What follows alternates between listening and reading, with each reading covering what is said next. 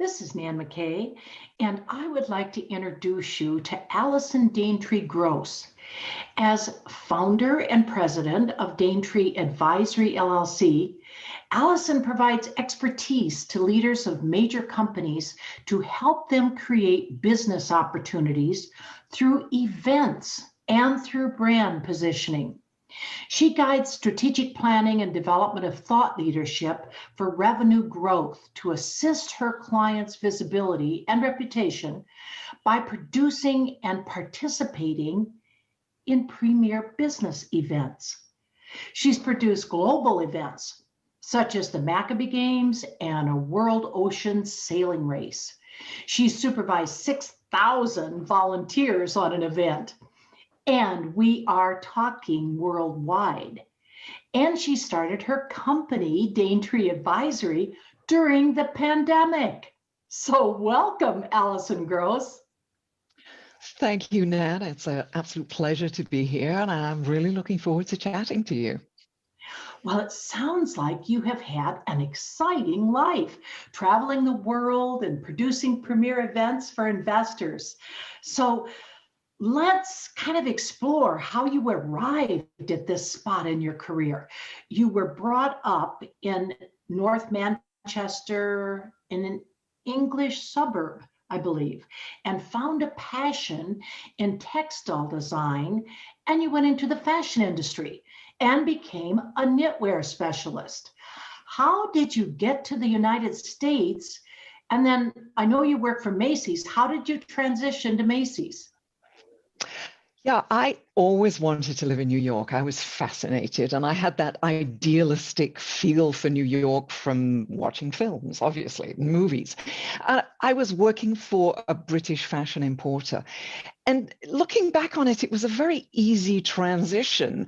I was going to factories in Asia because I was buying knitwear, and the factories were supplying American clients as much as UK clients and European clients. So it was a very easy transition to be able to say, okay, look for a job in America because I'm basically going to the same places to source the materials. So the first job that I got before I came to New York, I am a little conservative, so I had the job first before I jumped on a plane.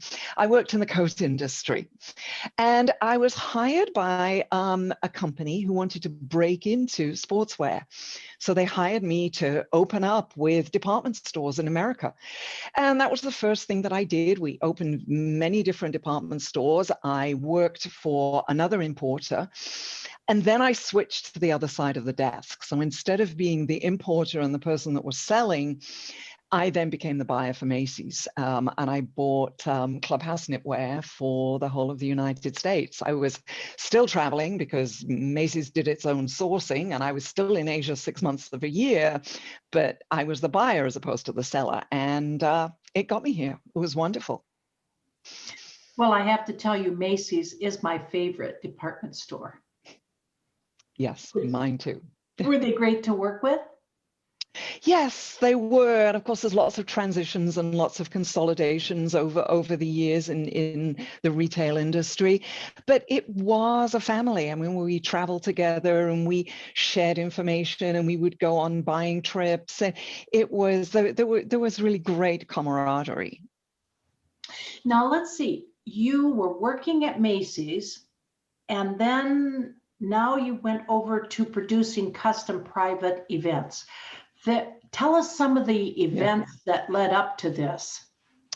Yeah, I was working for Macy's when I was expecting my first child, and that was the push that made me think about changing careers. Being away for 6 months of a year was, in my opinion, not an ideal way to bring up a kid. So I started volunteering. And when my son was born, I was volunteering at a local community center. They asked me, what can you do for us? And I gave them my background, and they said, oh, we've got fundraising events. And the first event that they were doing was a fashion show. Perfect transition. And I went from there to doing all of their fundraising events. They offered me a seat on their board. I then ran a national conference for board members of community centers, so teaching people how to help community centers at the national level.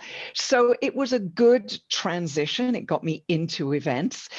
You mentioned the Maccabiah Games. I then became the director of the Maccabiah Games, which is 18 months of my life for a 5-day event, which gives you a sense of how big these things are. And that gave me the opportunity to move into financial services. So that was the trajectory to get me to virtually where I am today.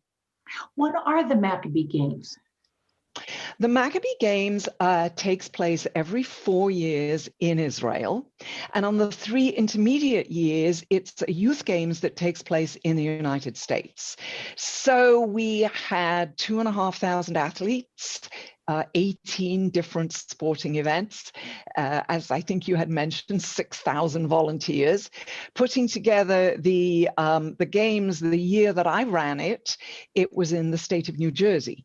So we were coordinating all the different delegations, how the athletes competed. There's an opening ceremony which took place at the Meadowlands Arena, for which I actually did the seating plan, which was insane, as you can imagine. I mean, I think there were 24,000 seats, and I figured it out in blocks as to who needed to sit where. And an opening ceremony similar like a mini Olympics. So it was an amazing experience into global events. Well, we would love to hear about some of those past events that you managed. So tell us a little more about some of these events. Think about what was the hardest one you did, what was the biggest one, what were your crises, that kind of stuff. Oh, yes, there are always crises. I think thinking about what was the most challenging and what had the most components was when I worked for ABN AMRO, we sponsored a round the world ocean sailing race. And I was responsible for the North America legs of the race, which was New York, Annapolis, and Baltimore. So the sort of things that I got involved with that you just wouldn't even think about. The race came up the Hudson River into a marina called the North Cove Marina, but it wasn't deep enough for the keels of the yachts. So we had to get the Army Corps of Engineers to come and dredge the Hudson River. And I look back on it and I'm going, I can't believe we did that. And then we had thousands of spectators who needed to be able to see the race from the water. So renting boats and getting them all out into the New York Harbor to be able to see the event. And then the festivities culminated with all of the sailors from all of the different yachts were given the keys of the city by the city of New York.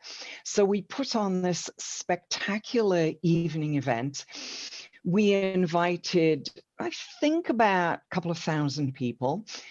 Held this downtown Manhattan, and to be as inclusionary as possible, because it was a sporting event, we invited many either current or past sports legends from New York. So I mean, a wonderful example that will always stay with me was we had the 1975 Knicks members of the team. So Walt Frazier, Bill Bradley, Earl Monroe came to speak and to be part of this celebration. So that was probably the most complicated event that I ever did. The largest thing that I work on by far is the World Economic Forum at Davos. I've been going to Davos for 7 years now, leading a delegation. And what's involved in leading a delegation is everything from securing their security badges, their accommodations, where they're going to meet, putting together meeting lounges, but more importantly, developing a strategy for right down to the basics of why do they need to be there. Who do they need to meet with? What are they going to talk about? How does that lay into their business? And then I would be negotiating with the World Economic Forum to get them speaking slots and to get them as part of the program. And that's really, there are a number of people like me who do that in the world, but it's certainly the biggest thing that that I have an expertise on.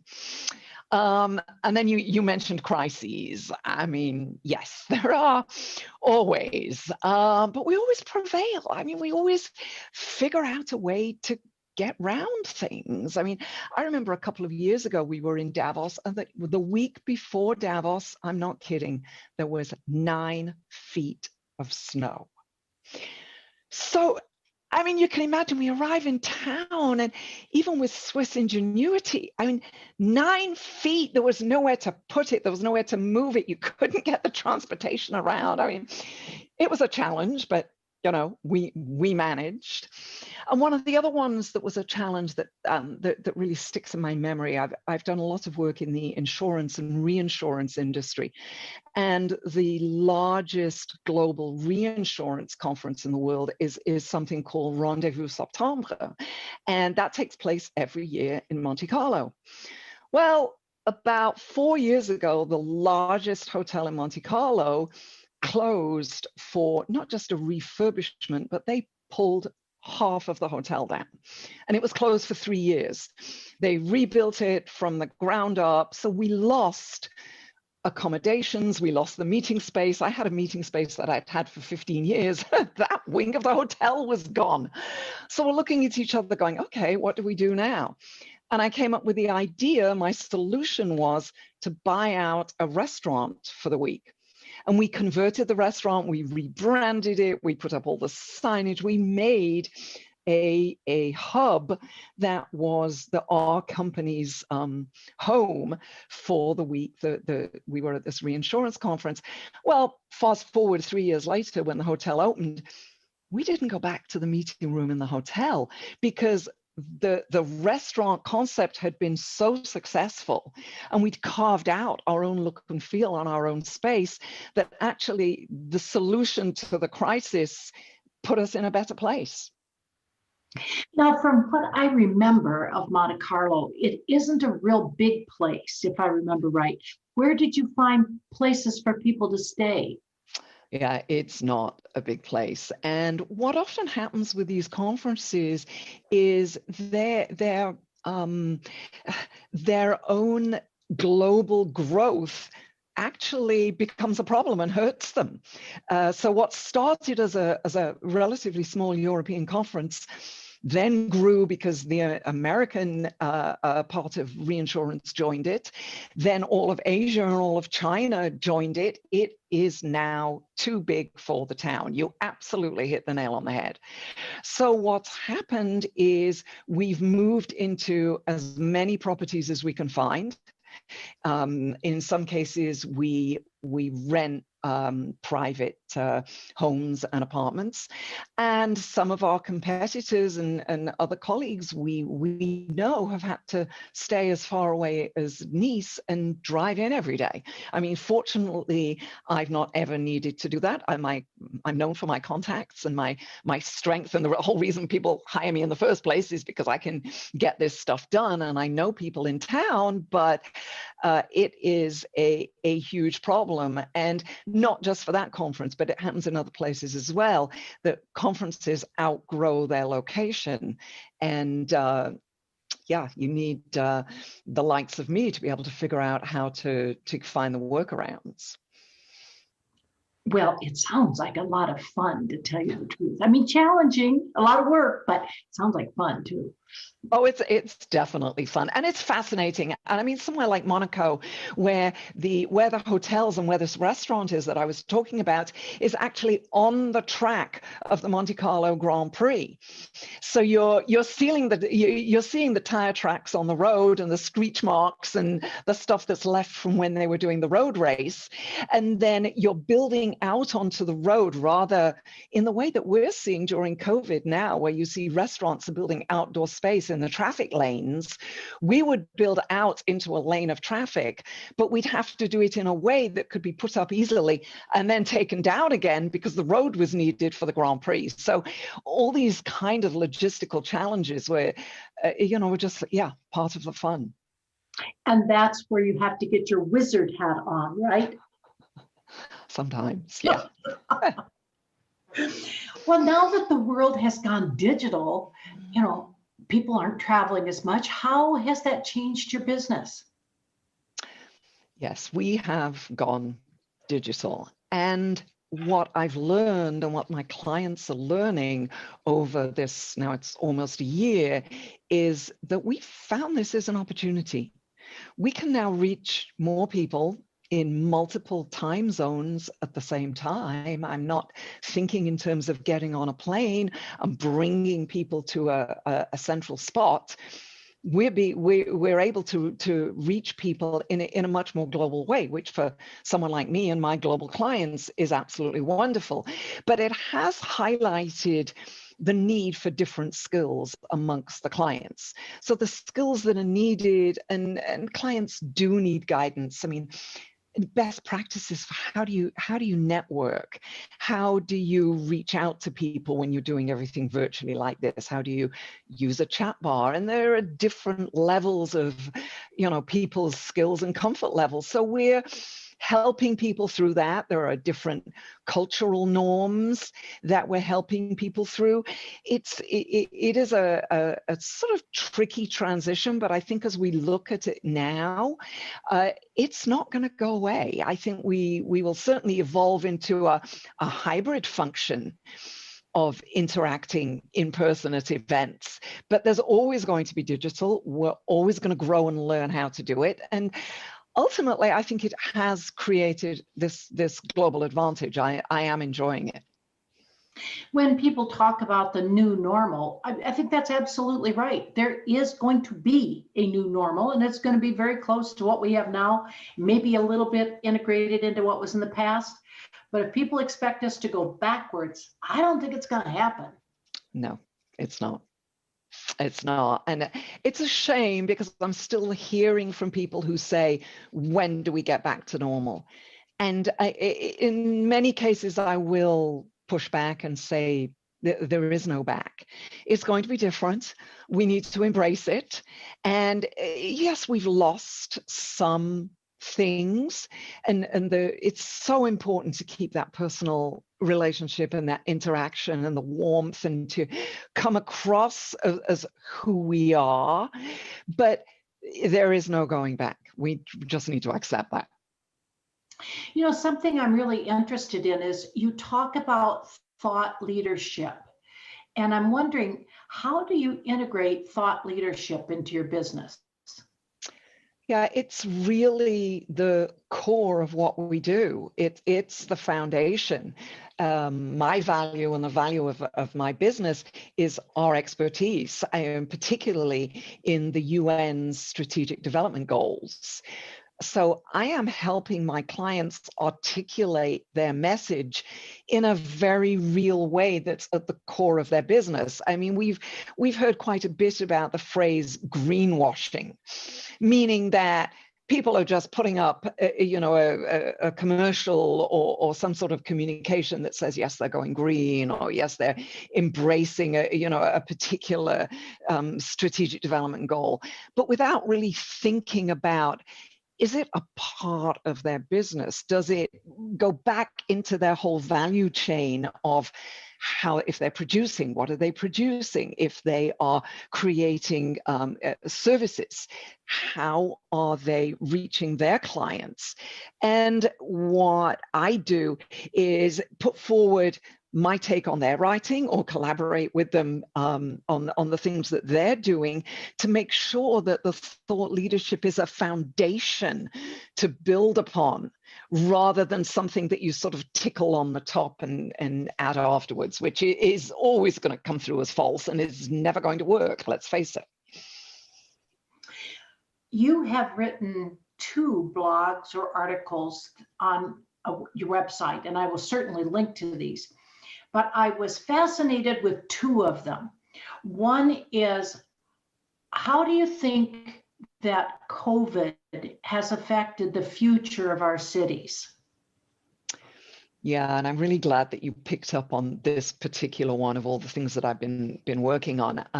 This has become a passion of mine, and everything that we've seen from the very beginning of people going out on their balconies and leaning out of their windows to talk to each other or to sing or to bang on pots and pans, we've seen this relationship building within cities that has changed.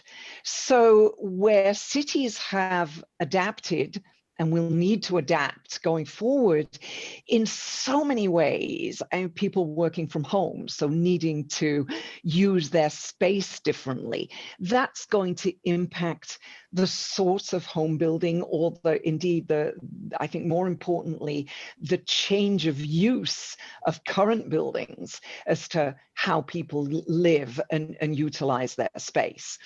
The way that cities are using their open spaces. I mentioned the streets before when we were talking about restaurants. The Open Streets program that New York has had, the park spaces, being able to pivot from traffic lanes into more bike lanes, more walkability, more space for families. There have been things that other cities have done where they've opened more playgrounds on space that had been waste ground, just turning it quickly into children's playgrounds and things so that people can get outside. In terms of infrastructure, transportation usage has completely changed. I mean, we think, again, I'm based in New York. You think of the satellite suburbs and the outer boroughs of New York, where the transportation systems were based on a 9 to 5 commute or an 8 to 6 commute, with the hub and the thrust of transportation coming in and out at key rush hours. That kind of use is different now.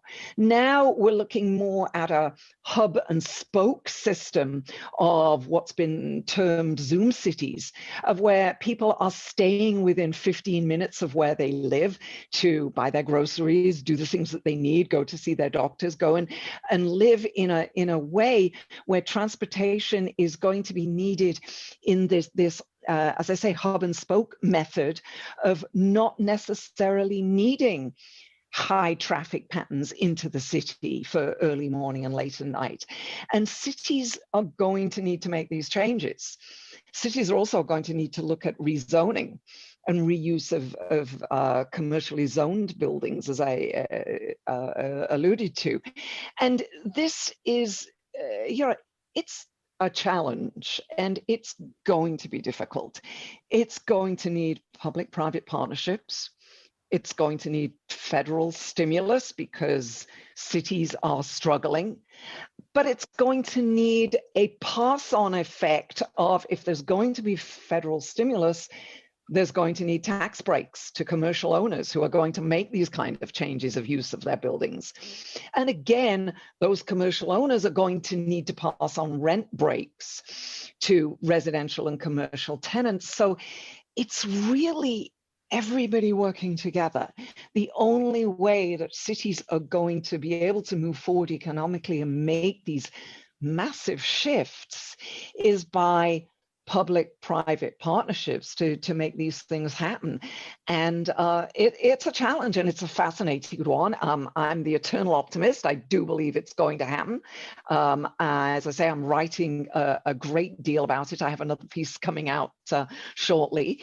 But it's one that I think we should be watching as something for the future of cities, something that is coming. Well, I also really loved your article on 5 reasons for optimism for 2021. Can you, and I mean, elaborate on this, because it was really interesting. Oh, thank you. Yeah.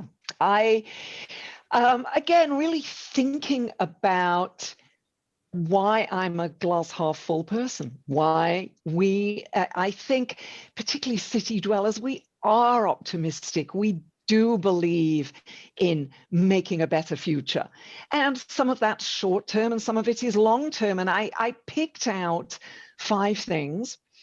And what I started with thinking about which of the 5 things are going to make the most economic impact. And the first thing that I thought about, and I've been reading a great deal about this, and the World Economic Forum, the UN has been talking about this, is a COVID passport. And when we use the word passport, it's not just opening up safety for travel and tourism. If you think about how are we going to get back into sports arenas? How are we going to get back into concert halls?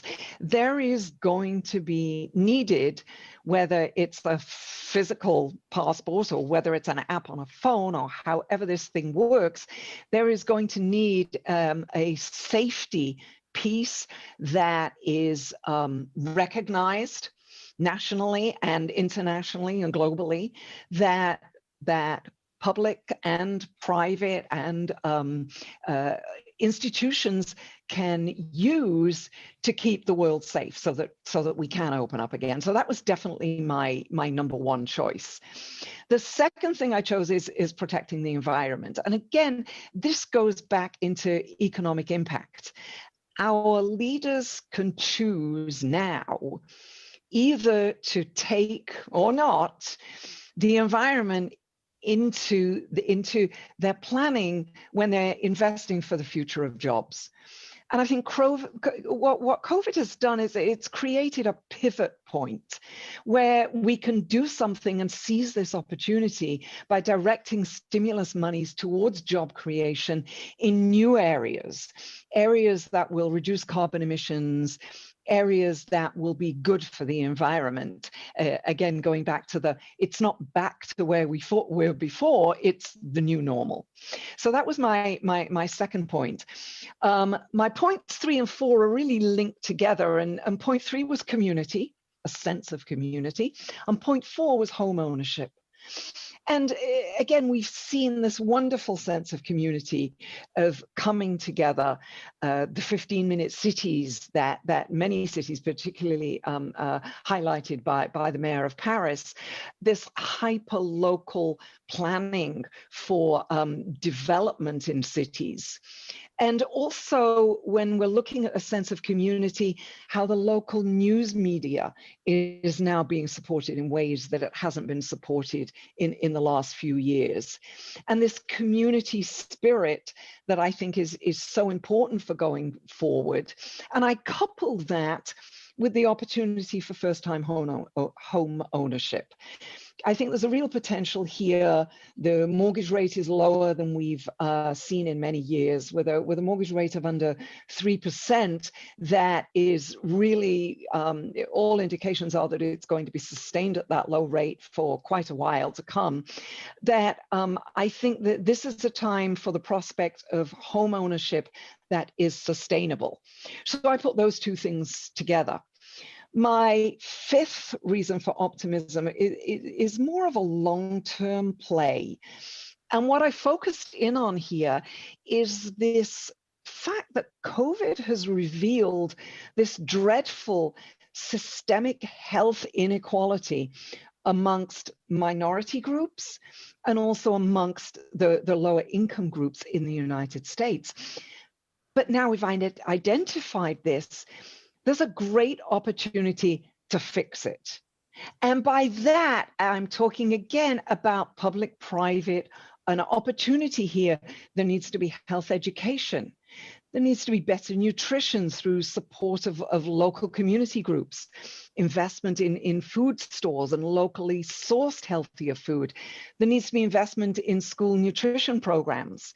And there also needs to be thought about living healthier, exercising and walking, a way to really change lives for the next generation, not just by providing healthcare and dealing with the problems that the communities have got now, but by shifting that and saying, okay, there's healthcare services that are needed now, but by changing long-term the way that people live. And I think that's the biggest impact for optimism for the future, for the next generation.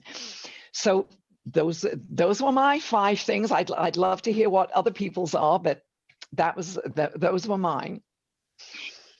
What do you think about climate change? Is that part of what you're talking about when you talk about people needing to think about changing some of their habits about getting out and enjoying the outside a little bit more? Does climate change play into that at all? Yeah, absolutely. And that's a piece of all of this. It's a part of protecting the environment.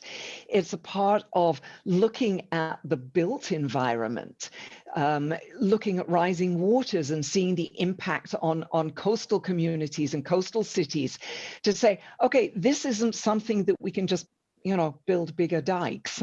This is really looking at the impact of climate change on everything that we do. And there are some really exciting things that are happening. I'm thrilled to see that the current administration is putting the US back into the Paris Climate Accord. I'm thrilled to see what GM is talking about doing with electric vehicles and phasing out the gas vehicles over the next 15 to 20 years. There's so many pieces of what business communities are doing, but I think it's very much up to the way that we live, the way that we travel, the way that we eat, the way that we work, so that individuals have a personal responsibility to make an impact, to work towards making a difference on climate change as well. Well, it has certainly been interesting talking with you. You talk about thought leadership. You're a great thinker yourself and writer as well. So we look forward to seeing what other blogs you're going to come up with on your site, and give us a little more of your thought and advice in these additional areas that we don't even know what they are yet. I'm really looking forward to sharing more with you, with my clients. There's so much more we can do, and yes, I'm thrilled to be able to share and to make a difference. That's what it's all about, right? That's what it's all about. So thank you so much. Thank you. If you enjoyed this video, please join Kent and me, and please subscribe free to this channel. Share it with your friends and click on the thumbs up icon to like us.